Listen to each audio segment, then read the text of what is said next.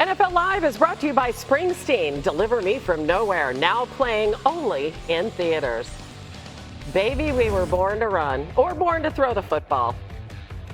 The Cowboys, how do they plan to attack the Broncos Sunday in Denver? Dak Prescott, he's thrown 3 touchdowns with no picks in 3 straight games. He has the 3rd lowest sack percentage in the NFL, but that Broncos defense has the highest sack percentage in all of the land. All right, Mina, take us inside the strength on strength chess match. What are you watching for there? Yeah, I'm so fascinated to see how Vance Joseph, the Broncos defensive coordinator, approaches this game. That defense plays a ton of man coverage, which has been a death knell against this Cowboys offense this year. Dak Prescott, 92 QBR against man coverage. Of course, with Pickens, that was hard. Now with Lamb and Pickens, it's a challenging proposition. The Broncos defense, however, has shown a willingness to mix it up. I think back to the Eagles game where they actually played way more zone. So I think that's something Joseph will consider. I also think, however, when they do play man, I would consider a 1-double approach, the classic New England approach where you would put Surtain on their number 2. It feels weird calling Pickens that, and have him double CeeDee Lamb, but that's going to be a really challenging proposition. So I do think he's got to change up some of his tendencies, because if they just line up and play man, the Cowboys will slice him up. Yeah, let's talk about this Broncos offense now, right? Because they're coming off that stunning quarter, 33 points. How can the Cowboys prevent Denver from building off of that comeback, Swaggo? Well, first and foremost, Dio and Mina, don't rush 3, or I'm going to break the TV screen at my house. That's number 1, because Bo Nix is great with his legs. The rush kind of woke up for Dallas, and it was some creative pressure through Eberflus, but also it was Jadeveon Clowney got home, and you saw this team put the Washington Commanders under a lot of duress when it came to drop back passing. If they can try to recreate that, but you got to be smart about it, because Bo Nix's legs came in to play a big time in that 4th quarter as well, with him either extending plays or taking off and running. So I'd be interested in seeing their rush plan. But if they can get some pass rush, right, with those ball hawking DBs that they have on the back end, we saw one turn into a pick 6.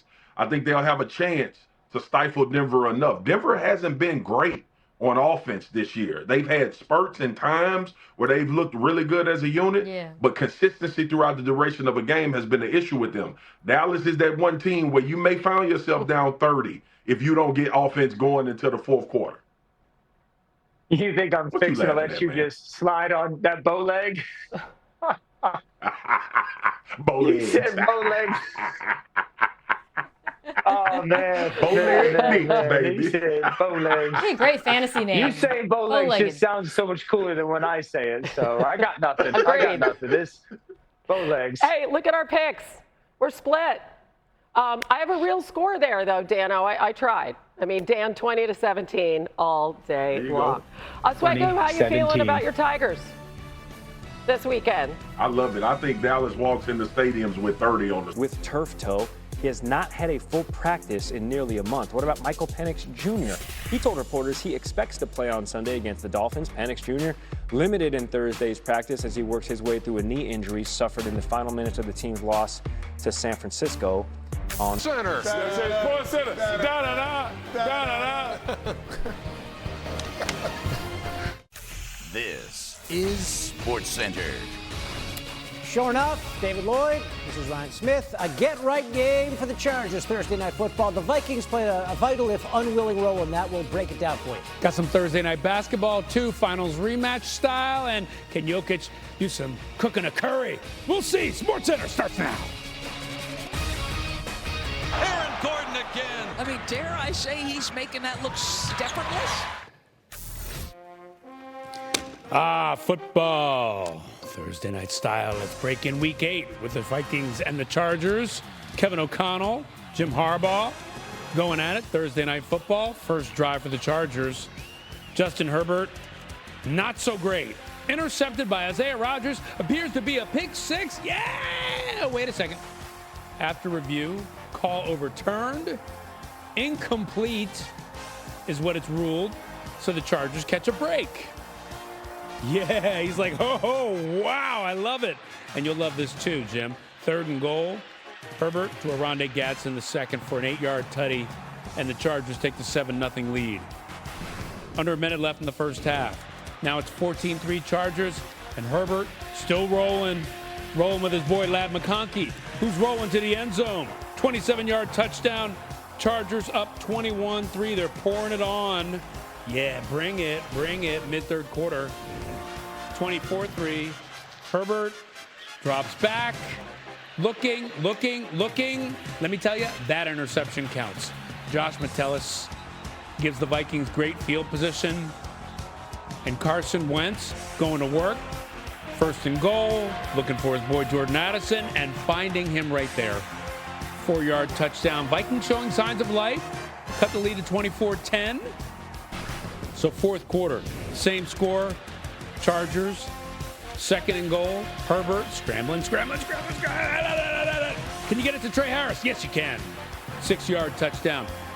With 153 pass touchdowns since his debut in 2020, he ties Aaron Rodgers for the third most in the NFL in that span, and the Chargers are up 31-10. Ensuing Vikings drive.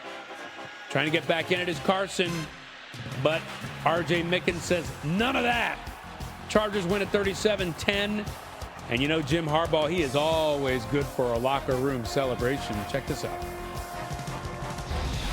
Well done. Give each other a high five. I got one question for you. Who could possibly have it better than us? Nobody! We got outplayed. We got outcoached. We did not. There are no excuses.